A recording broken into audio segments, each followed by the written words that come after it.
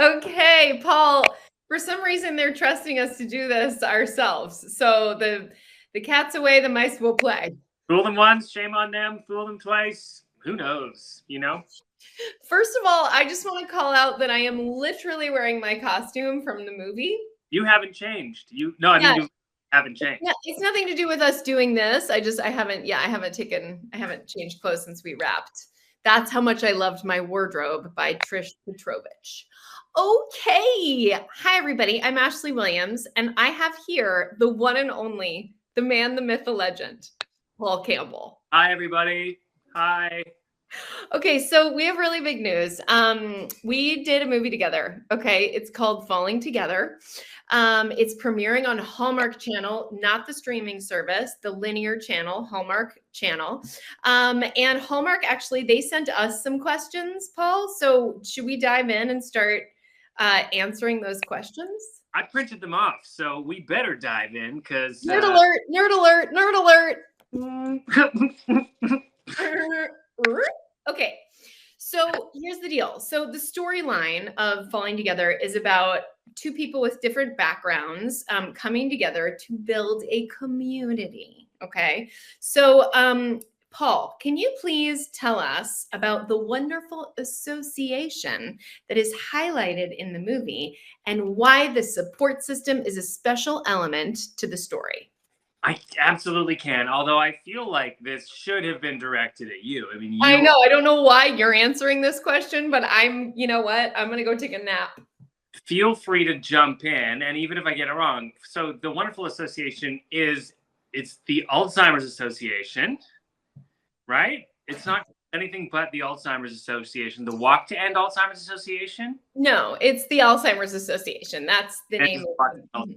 Okay, I should know. I should have prepped. It's the Alzheimer's Association, and I think we don't really have to say too much more for people to know how incredibly important that association is. I think you'd be hard pressed to find somebody within your immediate circle that hasn't been touched in some way by Alzheimer's, or knows somebody that's been affected by it, lost somebody to Alzheimer's, or is struggling with it. And this movie, thank you so much to you and to your husband who produced it, and to Hallmark for getting behind this, and then also to the Alzheimer's Association for fully embracing this. But what an incredible way to bring awareness to what they do. Yeah, it's really cool. So we had this idea for a movie that was really essentially my story of moving to New York and not being able to make friends. But then I had this idea because I knew it was going to air in the fall. I thought, what if we could, loop in the Walk to End Alzheimer's as a way that sort of brings the building together. And so the Alzheimer's Association throws this big walk every fall. There's all these teams, like 200 chapters all over the US that have these form teams, and they have this big fundraiser every fall. And it's like the first time everybody's putting their jackets on and waking up early in the morning and drinking cider together and doing this walk. And I thought, what a cool way, what a cool thing that we can use as a story engine to bringing the group together, in this Hallmark movie. And anyway, it kind of exceeded all my expectations. The Alzheimer's Association, backstory, my mother was diagnosed with dementia. We didn't know it was actually Alzheimer's at the time, but when she was diagnosed, we got in touch with the Alzheimer's Association because they have all these local chapters with local resources all over the US.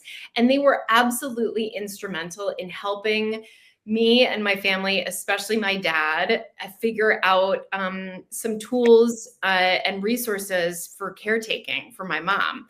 And they were so incredible. They've got a 1-800 number that we utilized. And so it's, being able to spread the awareness about not just the disease, but also what the Alzheimer's Association does is, it just feels like it's my little way of saying thank you.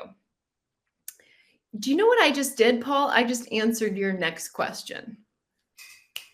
They don't call you two birds, one stone Williams for nothing. Okay. I want to know what you do for nothing. Yeah. Okay, so there are so many amazing organizations for people that can get involved. So basically, we want to know, like, so they're saying, like, if anybody would like to volunteer for the Walk to End Alzheimer's and form a team this fall, it would be so awesome. The other thing I wanted to say, Paul, is that Nikki DeLoach, my partner in most things, all things, and I throw this big fundraiser called the Dance Party to End Alls. This year we're doing it in Los Angeles, California. We normally do it in Tennessee. This year we moved it to LA so that we could be closer to our nearest and dearest. So if anybody is interested in attending the dance party, there are still tickets available. It is the most fun, uplifting, hilarious night, considering how brutal this disease is. I love throwing this event because it is full of so much joy and community. So we would love to have you. If you can't make it, we would encourage you to donate as well. All of the money goes towards the Alzheimer's Association's research grant program, which just basically goes directly to scientists for more, information on the disease, prevention, resources for caregivers, etc. So check that out. And all of that is in the link in my bio. So thank you. I would love to see you all there. Paul, you have the next question. We're on question number 4 for those of you that are Question number 4. Right. We're zooming through it so quickly. I lost track. Okay. Paul. That's me. Falling Together. That's our movie. Follows Natalie Williams, who moves to Pittsburgh for a job opportunity. Can we share her journey of moving to a new city after leaving behind a tight-knit community? I feel like I've done a lot of the talking here. Ashley, you should take one. Yeah. So basically, like, my character Natalie, I think the idea here is my character Natalie moved to a new city and is having trouble making friends in the building. And this is just where I need to interject, Paul. And if I could just take over for a second. Sure.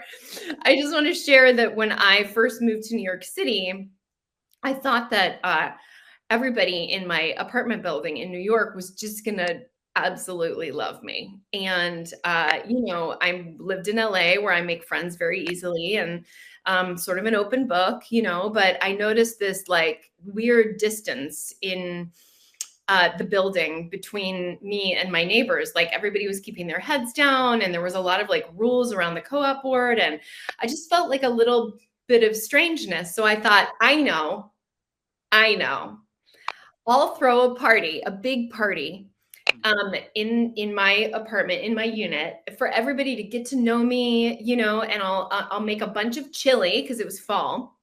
I'll make a bunch of chili. We'll have a big chili party. So I went around my apartment building and I put up signs in the elevator and in the lobby and by the mailbox, just saying like, come by, I'm your new neighbor. I'm so excited to meet you.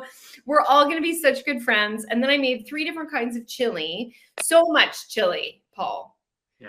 I had a turkey chili, a vegetarian chili, and a beef chili. And then I had a cheese plate and wine. And when I tell you not one person from the building came, I'm not exaggerating. And as the night went on and I waited for my doorbell to ring, I just started crying. And looking at my husband, Neil, who you know very well, and going like, what? I don't understand. Like, they should they're going to love us. They just need to show up, and we're all going to be friends. And anyway, I sort of realized, and then I was kind of like, why are we in New York? What's happening? And this story really only became funny when I was in a meeting on another project with Bart Fisher, our executive. And I just anecdotally told him this story. And he was like, whoa, wait, we should totally make that movie. And then that's where Falling Together was born. Crazy how these things come about, though. Truly. I mean, it is like just the little tiniest seed. I mean, to you, it's like this massive gaping hole in your heart that Bart just got like a little peek into, and you're like, oh, there's a story there. There's a huge thing that I'm carrying. And he's like, there's a movie in there. But it is really profound in this movie. And the fact that it does culminate in this walk to end Alzheimer's, you know, it's like, I mean, I what seems like sort of a silly idea on the surface really does speak to our need for community and for friendship and all those things that are the most important, especially when you don't have family around. I mean, these people are your chosen family. And if you don't have chosen family, the loneliness is vast, you know, and all of it coming together. I mean, the story is so beautiful. Just the story of you trying to, of Natalie trying to unite all of the people in this building is beautiful in and of itself. But then the fact that it does culminate in this massive walk at the end, I don't remember a dry eye in the cast. Everybody was crying by the end of it, myself included. I don't think anybody expected how impactful or how moving it was really going to be. And obviously, you've had a lot of experience with these walks and with the power of these walks, and but I don't think anybody else had, you know, certainly speaking for myself, had really experienced it. But it felt like we'd been transported to, you know, like to an actual walk to end Alzheimer's, and it was so moving. And like we were all trying not to cry. Like you can't ruin your makeup, but I think we were all going, "What? This is extraordinary." And the fact that, you know, And how do we? part of why I think it really resonated was, you know, as a person who has been to the Walk to End Alzheimer's every year, the Alzheimer's Association sent us all the gear. So all the T-shirts, the banners, the balloons, the archway balloons, you know, all the signage is exactly the same. The pinwheels. All of that is all the exact same stuff that they use at the walk. They just sent it to us so that we could use it as set deck. But it meant that it really felt real. Like we threw a walk, you know, we threw a walk to end Alzheimer's. And so that's just, you know, like a serious shout out to the association for sending us all of that stuff to make it feel so authentic and real. And thank you for saying that. Yeah, it's cool. It's, you know, there's sort of two threads here, and both end with the whole community coming together, for the sake of something that really matters. And honestly, the more I have become an advocate for the Alzheimer's Association, become like the face of the association, the more stories I hear on a daily basis of how the disease is affecting all of us. You know, you and I are the sandwich generation. We've got kids and we've both got parents who, you know, are still alive and they're going to live longer, you know, than they did 100 years ago. And that means that, you know, dementia is going to be affecting everybody that we know. So it's an incredibly important cause.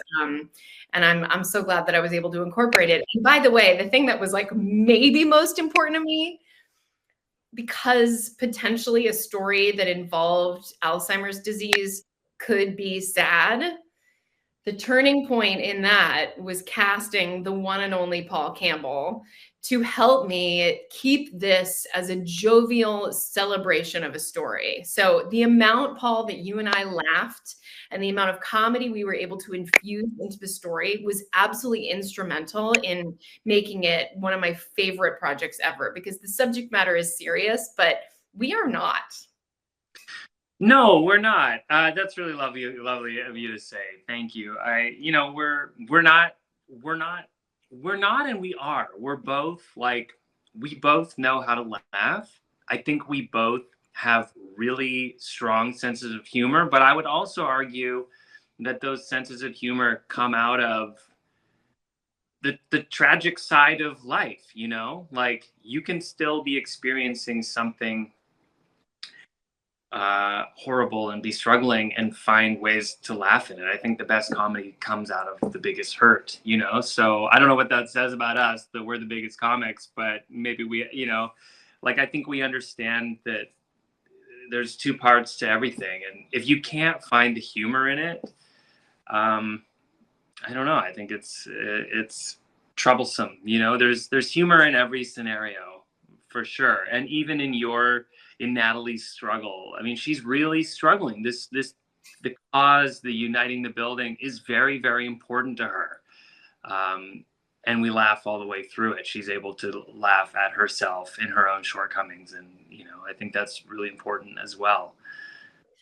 Yeah, I totally agree. And also shout out to Bart Fisher, who, Paul, I don't know if you remember a little movie we did 100 years ago together. I can't remember what it ended up being called, but we were not at the time as encouraged to go for the comedy back then. So you and I didn't really get to do what we do. And that made it all the more satisfying why on this movie, Bart Fisher said, go for the comedy, keep it fun, go with your instincts. So he unleashed us, and it was also the help of our writers, Adam Kolbersh and Rick Garman, really set the stage. But then Paul and I were allowed to really put our spin on this. Don't you think?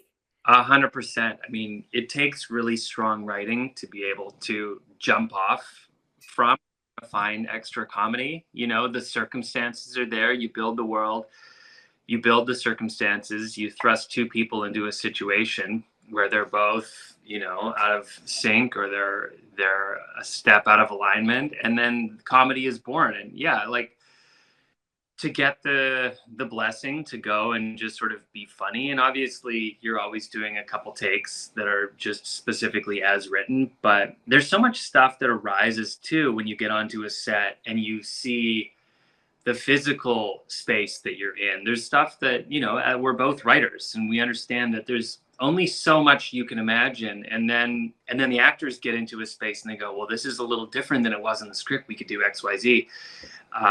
And to have the freedom for both of us to just feel safe and to be in there and play, and you're so game to just be silly and let it all hang out and make mistakes, and there's stupid ideas coming in everywhere, but like, constant stupid ideas, constant. I'm Johnny Stupid Ideas over here. That's what but every 1 out of 10, you're like, wait a minute, that's not so stupid. We should keep.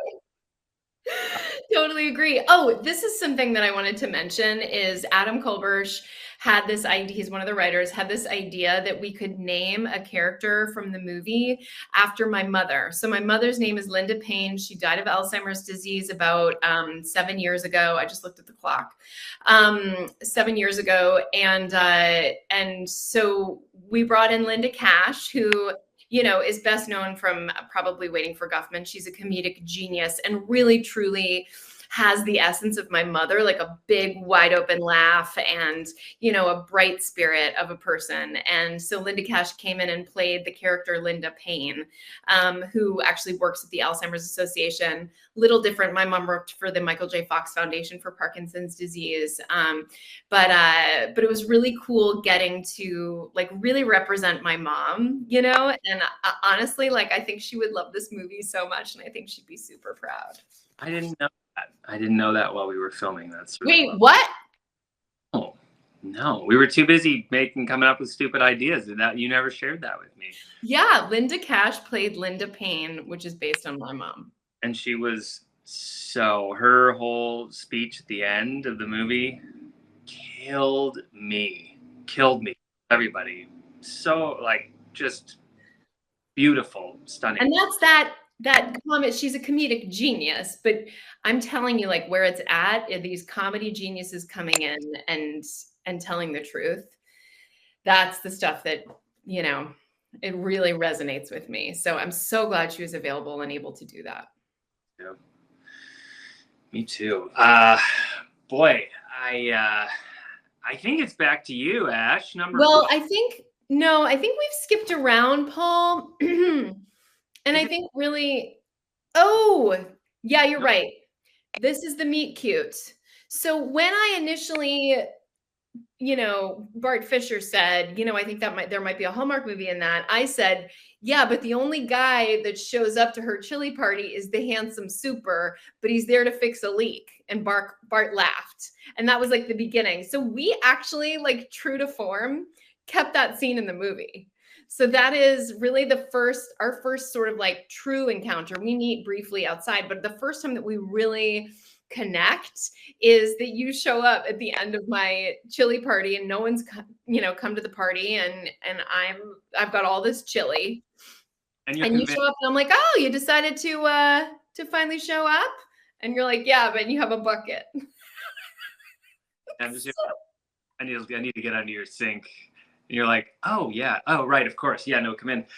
And then it's, oh, are you expecting someone? You having a little party? Yeah, no, I mean, it's really, I was having a chili party, but nobody came. Yeah. Yeah. But I gotta tell you, like, I was pretty weirded out the day that we shot it because it really truly felt like the party that I threw. Like we had the 3 different kinds of chili on the counter. You know, it was a little bit of like PTSD. I was like, holy cow, this is serious. Like we really did recreate something real from my life, which was bizarre and cool. I don't want to lean into this wound for you, but when we were filming it, I was expecting to come in and really have fun just picking you apart. And then when we started to shoot it, I'm like, this just feels really sad. Like actually I don't really want to make fun of her because this is Ashley's experience. There's nothing humorous about this. This is so lonely. Like I just wanted to get out of there as quickly as possible. Get out of get me out of But I also remember like this was one of my favorite jokes in the movie is when I'm like, oh, you should take a thing of chili because I don't want them to go bad, you know? So I'm like, take this pot of chili, and I hand you an entire crock pot of chili with the cord still hanging. And I go, oh, and this was improv, but I go, oh, hold on, this is a hazard. And I wrapped it around your neck, and you go, well, now it's a choking hazard. And it made it in the movie. It's so good. Oh, it's one of my favorite jokes in the movie, and it just fell out of your mouth, and it was genius. Well, it takes 2, you know. We're in there cooking up some magic. We found a few of those along the way, I think. So good. And my favorite thing is like the last moment of that scene is you're like, well, I'll return this pot in 4 to 6 weeks once I've worked my way through it. But you know, script, I picture the size of the pot. I think it's a little thing of chili, and then you hand me an entire crock pot. I'm like, well, this changes everything. Now it's a whole new scene. It's a whole.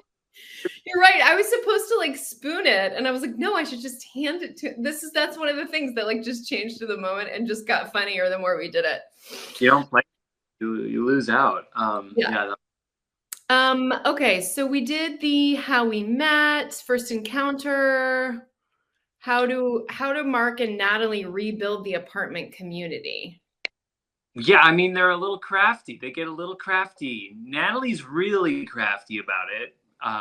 Again, we're here. She's, you know, Natalie's idea, because they seem to be, there are a bunch of warring couples. Like there are various pairings of people that just can't stand each other. 4 or 5 different pairings of residents in the building that want nothing to do with each other. So Natalie comes up with these elaborate plans initially to try and just bring some community to the building. She's going to do a little baked goods table where she gives away baked goods. And she's always just kind of, it comes off a little bit weird. Like it never really plays super cool. I don't know who they're going to get to play this role. They were like, there's only one person that can pull this off. Really eager, like to the point where you're like, it's too much. And it doesn't work initially. The residents they're all onto her. They're like, I don't know what you're peddling, lady, but it's not working. So you set up some leaf peeping. We're going to go in the forest walk and we're going to give away muffins and nobody responds. And then we sort of begin to get a little more specific. We start to organize things just to bring the pairs together. We sort of divide and conquer a little bit. We go pair by pair and work our magic to bring them together. And really, it's just me along for the ride. For the most part, I'm pretty hesitant to get involved, but Eager Beaver over here. You made me a deal, right? What's the deal? The deal is like you help me figure out how to broker peace in the building, and no. Yeah, that's right. But then it was also like I have to relax or something. It was all you. It was like you gotta broker peace and you gotta relax. It's not a deal, it's a one-sided deal. Yeah, I mean it's ultimately about Natalie like learning how to slow down. And this is a fun thing is my friend Dara, don't know where the book is. I think it's upstairs, but my best friend from high school is a professor at Tel Aviv University, and she is the expert on Walt Whitman. And she just published a book, which is like a very much like collegiate study on Walt Whitman. And I was able to incorporate the book into our movie because ultimately, Natalie gets, is kind of like drawn in by Walt Whitman and specifically Leaves of Grass and stuff like that. So I was able to also put my friend Dara's book.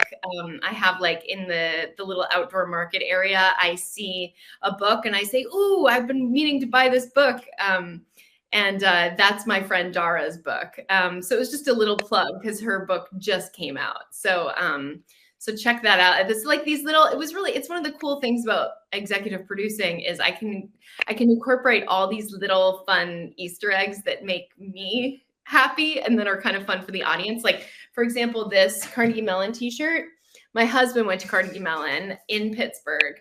So we got to just sort of flag Carnegie Mellon throughout and just give like little shout outs, which just makes the experience of shooting and storytelling just a little bit more meaningful in these little fun increments. There's so much connective tissue, right? Like it really, yeah, I was privy to a lot of that during filming, and it's really sort of wonderful to feel all of these little pieces, whether the audience is aware of them or not. Like we're incredibly aware of these things. Really, it was a really unique experience, this whole film from start to finish. Agreed. Yeah. By the way, Rothgar Matthews, who's one of the stars of When Calls the Heart, he plays your dad in this movie. And at one point, I gave him a line about the diner, like, "Well, your Aunt Diana used to run the diner," and that's my Aunt Diana, who's a huge Hallmark fan. And I use Aunt Diana as like a litmus. Like, would Aunt Diana think this was funny? Would she think this was cool? Like she's in my brain all the time as a representation of our audience. So being able to call her out, it was like at the barbecue scene, he said, "I took it over from your Aunt Diana," or something like that. And that's just like a little wink to Aunt Diana. Hi, Aunt Diana, if you're watching, I love you so much. So just little things like that. It just was so fun. I think I want to know a little bit more. We've got this question here about your Natalie meeting Linda, who you meet through the Alzheimer's Association, and what's really important about that character specifically and about the friendship. What resonates with you about that friendship? Yeah, well, as I said earlier, the character of Linda is based on my mother. And my mom worked for the Michael J. Fox Foundation for Parkinson's disease, and her favorite thing was like sitting people down and explaining why a cause was important and really getting people involved, not just like, "Hey, I'm looking to volunteer," but like why this cause is important and why, helping will add value to your own life. Right. So, Linda is that representation. She's in our story. She's the community organizer, the motivator. She's the reason everybody shows up. And she leads the Walk to End Alzheimer's. So it was really neat that was based on my mom. What is oh yeah. Do you remember when we got to ride our bikes? Yeah, I remember. I've never ridden a bike before in a movie, in a Hallmark movie. Have you? No, because I was very vocal about not wanting to wear a helmet because I don't know how many grown men, how many leading men you see wearing a helmet, but it doesn't do you any favors. I'm going to tell you that right now. And Excuse me, but Tyler Hines wore a helmet in Shifting Gears. But I guess Tyler Hines can wear anything. Was it a cycling helmet or was it a motorcycle helmet? Okay, fair point. Huge difference. Motorcycle helmet, pretty cool. Cycling helmet. Also, it's Tyler Hines. But Sure. And what were you going to say about the cycling scene? I It's a was lot. just gonna say it was so cool. I thought it was so fun to be able to. I love a bike helmet. I think they're really flattering on me, and I think that it is on you as well. I think you and I really pulled off that cool look. That's safety look. It's not easy to do. Yeah. But also it was just so fun to be doing a scene like while on a bike. And I don't know, it was like a different, very fun energy. So I really love that. What was your favorite scene in the movie, Paul? I think I mean, we had a lot of really fun scenes. We had some really great two-handers. The scene where I show up for the chili and there's nobody at the chili party at your apartment, what turned into one of my favorite scenes. But honestly, I think because it was the most surprising scene was filming the walk at the end. I was just so emotional throughout. It was so impactful. I had so many different things that I was feeling, and you become so grounded to the material. Like you really, like the movie, everything, the set disappears, the character, you're in this thing. And I think as an actor, you kind of really live for those moments where you're just existing in this space, this thing that's bigger than you, and you have a small part in it, and you're saying lines, and you kind of get lost in it. Those are always my favorite scenes, and this one was so unexpected, and definitely I carried with me the longest after we wrapped. I'm so excited to see it, and I hope that it resonates the same way on screen that it did with me. But yeah, that one left its mark for sure. What about you? Favorite scene in the movie. Oh my gosh, I have so many. I just loved making this movie so much. It was so fun. Thanks. Oh my gosh, remember how I had to eat so much pie? Yeah, that was my favorite. When you ate all the pie. Yeah. I wasn't hungry for 4 days after the pie scene. I think I ate like 4 huge slices. And I remember at one point, like I took a bite and someone messed up like a light or something, and they were like, back to 1. And I was like, I don't want to eat any more pie. And all of us, there was this like huge laugh because we had all this BG and they all heard me. But also it was really fun, but also I never want to eat pumpkin pie again. It just that cinnamony, so much cinnamon. I just couldn't handle it. The first 2 pieces were awesome. It was enjoyable watching you, but also by the end of it, I think we were all just kind of turning away. It was like a bad accident. We were all just like, I can't even watch anymore. It's too much. This is humiliating for her. Yeah. Yeah. Dang it. All right, great. So they wanted us to do this rapid fire situation. So they want to do like a this or that. Okay. Would you rather this or that? Would you rather go leaf peeping or visit a pumpkin patch? Pumpkin patch. Agreed. Okay, pumpkin pie or apple pie? For me, it's apple pie, and I think I know what your answer is going to be. Would have been different 6 months ago. Yeah. Okay, well, would you rather take a stroll through a city or ride a bike through a city? Ride a bike through a city. See, I got to take a stroll. You know why? I just think riding a bike is scary when it's like for real with like cars around. I don't like to do it. I don't like that. Manhole covers that could be open, and those people that stop and, hey, how's your day? And they want to sell you something. That's terrifying to me. Terrifying. So, get me on. Like I'm trying to balance here. All right, a BLT sandwich or hot chili? Don't make me choose. I'm taking them both. I'm dipping the BLT into the chili. Yeah, by the way, can we just do a combo? Agreed. Yeah. Would you rather become a member of an HOA board or join an association? If you are a member of the HOA board, you've never been the member of an HOA board. I mean, I think if the association involves like volunteer work and really kind people who aren't angry, I'm in. Yeah, I'm going to join the association. Yeah. By the way, that's another one of my favorite scenes from the movie is when they're in the HOA board meeting, and we recreated an HOA board meeting and they're all fighting, and Denny was at the front going, order, order. And then she's like, what about bread? Do you remember that?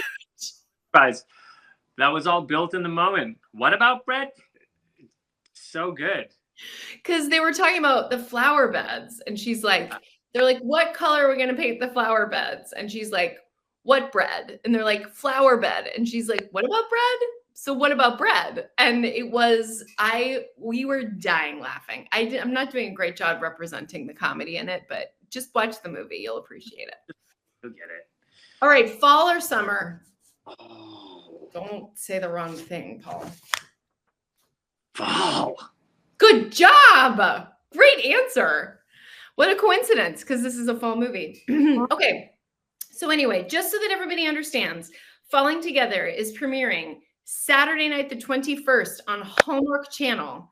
I think it's like 8 p.m. I think it's exactly 8/7 Central. There it is. So anyway, thank you so much for everybody for joining us. If you're still there, thanks. Thank you. For you. And if you do tweet along with the movie, you definitely use the hashtag Falling Together. And I'm going to be there tweeting my little tweets. And Ashley. I'm not on Twitter anymore. I gave up Twitter. Yeah. But I'm on Instagram big time. Whoa, we get it. You're doing well. Okay. No need. Yeah, so follow me, Ashley Williams and Company on Instagram, and I'll be doing stories and writing back to you all. And if you hashtag it, I will find you. We will find you. Okay, thanks everybody. All right, we love you.